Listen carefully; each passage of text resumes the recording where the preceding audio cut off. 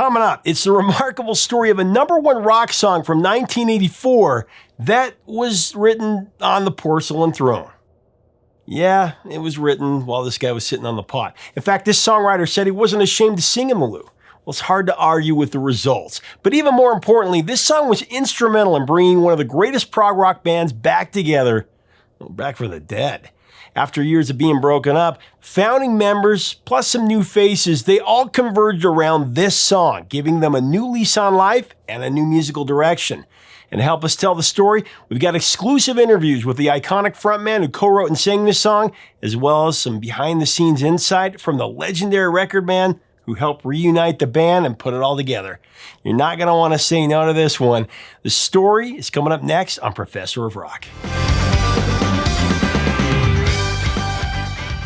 Hey music junkies, Professor of Rock, always here to celebrate the greatest artists and the greatest songs of all time.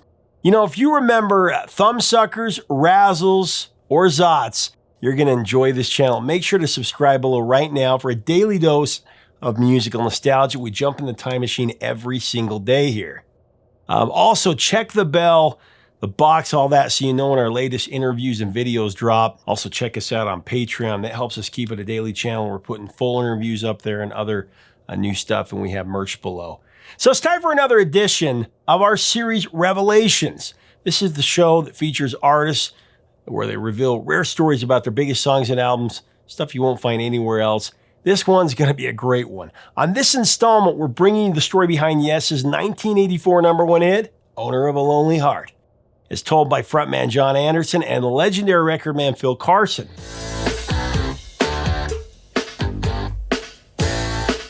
But you know what, to set the stage here, let's talk about the band for a minute and the lead up to this song.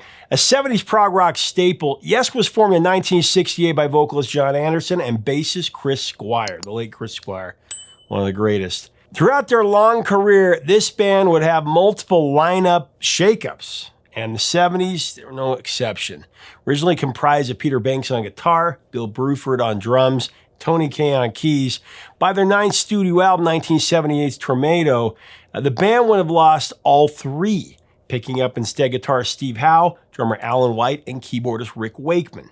And then before the release of Yes's next studio album, 1980's Drama, Wakeman and Anderson, they'd both left the ranks.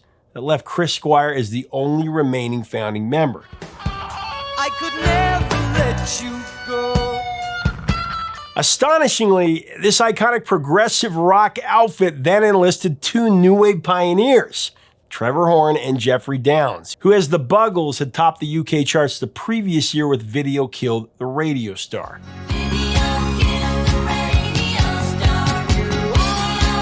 Unfortunately, neither the fans nor Horn were sold on the idea of Yes without vocalist Jon Anderson. So this unorthodox marriage, it lasted just one album before Yes said no. Sorry, I had to. And then they gave up the ghost in 81. Afterwards, both Steve Howe and Jeffrey Downes, they went on to form the supergroup Asia with John Wetton, formerly of King Crimson, Uriah Heep, and Roxy Music, and Carl Palmer of Emerson, Lake and Palmer. Asia rocked the world with 3 albums in the 80s and gave us many more in the decades that followed. It was the heat of the moment. But back to Yes. In 1983, the band would have an unexpected resurrection. Chris Squire and Alan White had formed the band Cinema with Yes veteran Tony Kaye and songwriter-guitarist Trevor Rabin. With their recordings almost finished, the group approached Jon Anderson about adding vocals and working on some lyrics. Enter Yes 2.0. Additionally, Trevor Horn shifted from vocals to production, and along with Yes, is credited as producer on the album. 90125, it showed off a band that had been recalibrated for a new decade, featuring, at least by Yes standards, shorter, more contemporary pop songs. In all, the album's 9 tracks averaged about 5 minutes apiece. That's a far cry from their early days when they were kicking out 20-minute prog rock suites.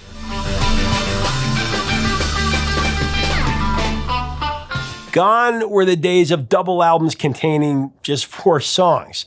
Sonically, the record was also a drastic departure from Yes's prog roots, as it featured both distorted guitars and synthesizers. According to Anderson, 90125, it was declared to be a hit record before it was even finished. He said, and I quote, "The record company had invested a lot of money in making this record. They brought me in to make it Yes. They said, this is going to be a hit, and we're going to make sure." And of course it was. 90125, it was released on November 11th, 1983. It went on to sell 4 million copies worldwide. It included 3 singles, Leave It,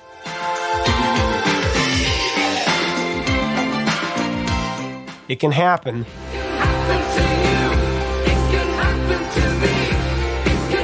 of course, today's feature, Owner of a Lonely Heart.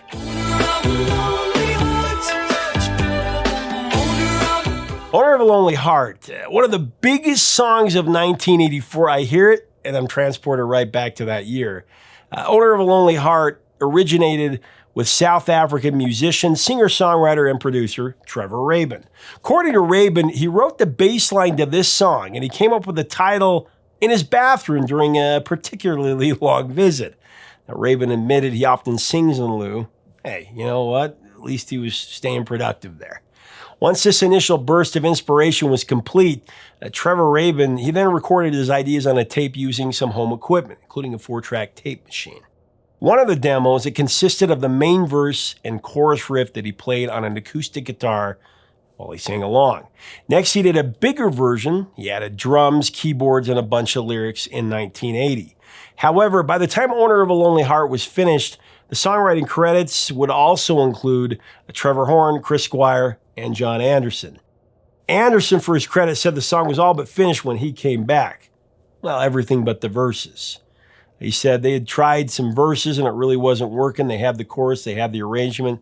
I came in and all the songs were virtually put together, but there was a lack of choruses here, verses there. I went in for 3 weeks with Trevor and I sort of filled everything in. From there, this song became a dynamite smash. Now, Anderson also remembers sitting down with Trevor Rabin to figure it out.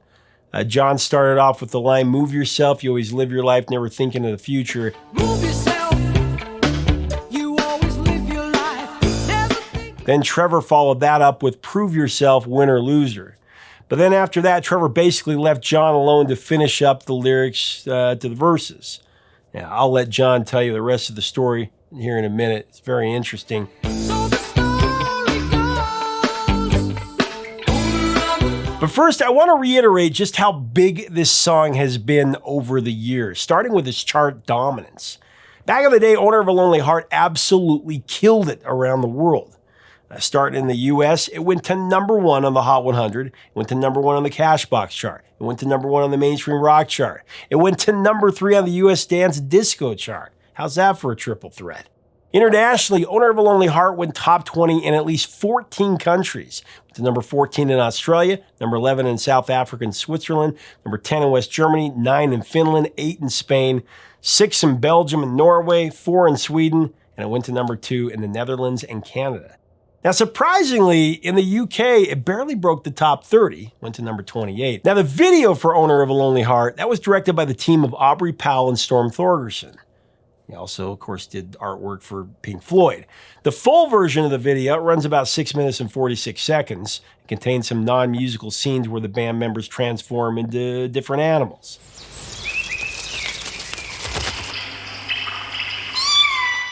Actually, talk about that. MTV typically played the abbreviated version, but they played it a lot. This video is the perfect way to introduce 80s era Yes to a whole new generation of fans.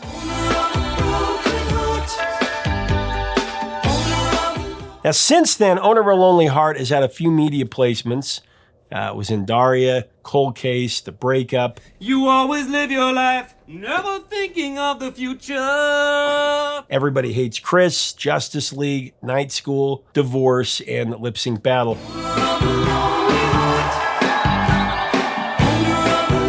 Owner of a Lonely Heart has also been covered by Red Hot Chili Peppers, Pearl Jam, Seal, They Might Be Giants, and the Buggles.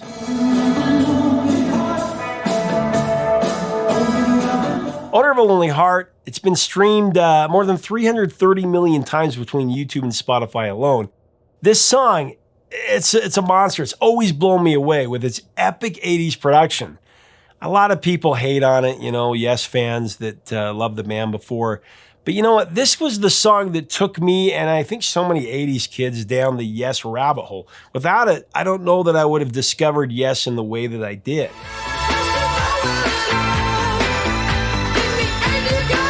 I mean, in terms of pop sensibilities, it's got so many dangerous hooks. They had to know it was a guaranteed hit. So coming up next, we have the rest of the story of how Jon Anderson, Trevor Rabin, and the rest of the band Yes made their mark on the 80s with this incredible mega hit. Actually straight from Jon Anderson, and we also have record man Phil Carson who helped put it all together. As we get into this interview, I do want to thank our sponsor, Zenni Eyewear, the glasses that I always wear. If you're in the market for a new pair of frames, Zenni is by far the best deal that you can do. You can design your own pair, choose the style, the color, the shape. Make sure to click on the link right up here to get up to 80% off regular retail prices. Here's the interview. Let's talk about the incomparable masterpiece, Owner of a Lonely Heart. First song I ever heard of Yes that got me into the band. So many memories with that song. Like many Yes compositions, just the song has such an interesting journey before it was recorded and mastered for 90125. Ultimately, of course, becoming a #1 smash on the Billboard Hot 100. Maybe my favorite story demonstrating your wizardry as a navigator is the tale of how you resurrected Yes, culminated by the emergence of their biggest hit, Owner of a Lonely Heart, for one of the best songs of that year, in my opinion. I went back a long way with Yes, just to sort of give a bit of background to that. Yes was signed by my boss, Ahmet Ertegun, to Atlantic, but they were let go after the first album. And I re-signed them and made the Yes album, which most Americans think is the first Yes album, but it was actually the third.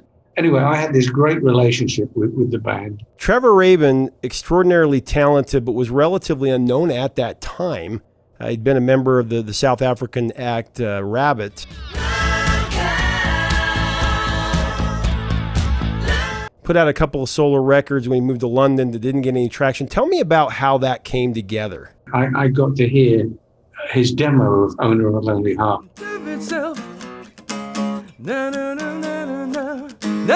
Which is totally written by him at that moment. And I thought he was an awesome talent. Trevor Horn got to hear him as well. And we decided to put him in Yes. When I say Yes at the time, we weren't even calling it Yes. It was a group with Chris Squire and Alan White principally, and we were going to call it Cinema. I went to London, and Chris called me up and said, I want to play some music. And I said, oh, good, what have you been doing? So I've been working with Trevor Horn. And I got in his car, and he played me these tapes. We're going to be called Cinema. And then he turned around and said, would you be interested in singing some of the songs? Well, this was tough because, as I understand, Anderson's relationship with Squires and White was strained over the way that things ended with his tenure with Yes, and for all intents and purposes, Yes as a functioning band had broken up. How did you convince Jon to come back to Yes? I've always been curious. Well, I guess with the quality of the songs that were there, not only particularly Owner of a Lonely Heart, but Chris and Alan together with Trevor Horn have really getting some very interesting stuff together. So we made it happen. And it's all about what an A&R guy is supposed to do. I mean, people seem to forget what that stands for. It's artists and repertoire. So you've got to kind of know about the artists you're dealing with, understand the chemistry, if it's a band, between them all, and understand what are the right songs for them to do. And I said, yeah, because Owner of a Lonely Heart's a hit. The chorus is, the song isn't going anywhere, because what the song's doing, you got this da da da da da.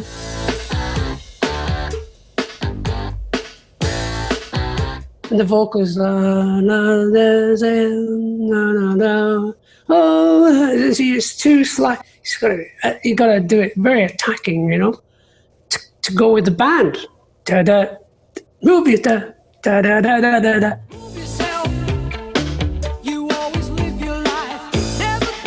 So the Anderson's distinctive voice and revered musicianship of White, Squires, and Kay, it didn't make sense to call the band anything but Yes. You were saying cinema. How did they decide on Yes? I told them, and fortunately they got it. They believed me. I mean, I'm not that belligerent. It had to be called Yes, and it was absolutely the right thing to do. So I joined the band, and the next day I was in the studio with Trevor. Jon changed a few lyrics here and there, and got a writing credit, of course. So it was all part of making it happen. Trevor could, I suppose, not easily, but could have said, "Wait a minute, it's my song from start to finish. I wrote the lyrics, I wrote the melody." But he was wise enough, as well as being a brilliant musician, to spread the love around a little. And Jon's slightly different approach to lyrics no doubt helped with the Yes fans. I'm not going to in any way denigrate what his contribution was, but the reality is it was an intact song before he got hold of it. But if Trevor hadn't acquiesced to that, I don't know if Jon would have joined. It became a collaborative work, and it became a band. I mean, we had a lot of fun on the road with Yes for 2 or 3 years after that. So it was a big deal. Trevor Horn was there, and I just went ahead and next verse, move yourself, shape yourself, or whatever I'm saying. Prove yourself. You are the move you make.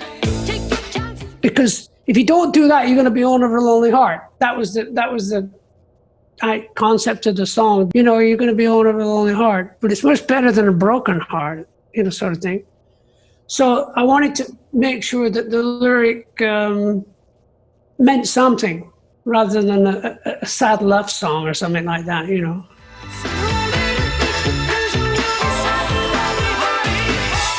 Sooner or later, each conclusion will decide the heavy, At a certain point, you can dance in amongst the riff,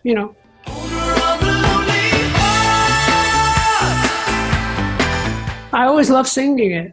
I even just did it on tour with 1,000 Hands Band, and we opened up the show with that. Your every move you make. So the story. I always called it La Bamba. It reminded me of La Bamba. Owner of a lonely heart. La Bamba.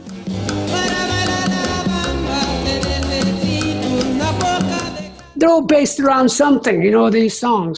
Owner of a Lonely Heart was primarily composed by Trevor Rabin, but what was interesting is I always heard that he wrote it on the toilet. He probably wrote the chorus on the toilet with his guitar, so I just got on with recreating the verses and the bridge.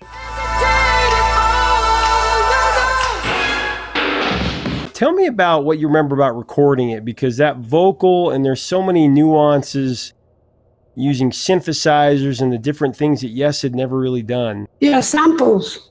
Well, I just loved the track, and I just went in and I sang it in 2 sessions, and that was it. You lose yourself. No, nothing really safe. I wrote the lyrics, sang it, wrote the lyrics, sang it, wrote the lyrics, sang it, went the following day and I did it, and that was it. It just seemed like a natural for me.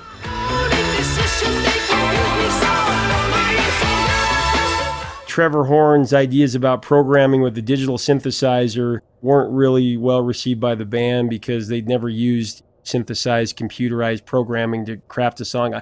I read somewhere that's the first rock song to use a sample. Yeah, but he'd actually done it with Malcolm McLaren's album and a band. I can never remember the name. There were no singer in the band. By the time all that equipment started to pile into recording, I think what happened to me is that music, for my state of mind, got very lost in trying to find the right sound. I went to the studio to do work on Big Generator in the studio with a silver box of machine, trying to get a drum groove going, And I went outside and I looked at Alan White and I said, "What are you doing in there? You got the best rock drummer I know." And he goes, "Oh, Jon, leave them to it. It's okay. They want to play on that drum machine, okay. But I can't take it, Everybody lives and learns, that's for sure. But I lived and learned that you can't put a square peg in a round hole. Well, Horn and various Yes members, I understand, argued in the studio over a lot of aspects of the record, such as the sound of the drums and getting Alan White to use Fairlight, for example. And the whole project could have easily gone off the rails many times, but that's another invaluable role that you feel, kind of balancing those egos and enormous talent, being the liaison to make sure that things keep moving forward. Absolutely. I mean, Yes is a band I was really closely involved in. The album was being made, the New Wave movement was in full swing at that moment. Was that a conscious part of the recording process to give Owner of a Lonely Heart kind of a New Wave edge to it? Yeah, I put that almost completely down to Trevor. He really understood that. I mean, the Buggles was in New Age rock music, let's face it.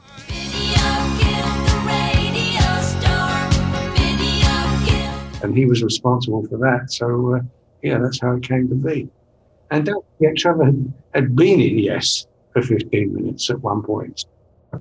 He actually understood how to take that great classic repertoire and image and ability and add that new element to it. And that's why that record was so big.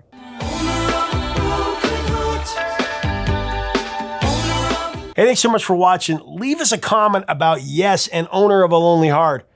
For one of the best years in music, 1984, my personal favorite year. What are your memories of hearing the song, experiencing it for the first time? Your thoughts on Yes? Were you a fan of the song? What era of Yes were you the biggest fan of? Let's have a great discussion about this legendary band. If you like our content, we invite you to subscribe below. We would love to have you as part of our community. Until next time, 3 chords and the truth, my friends.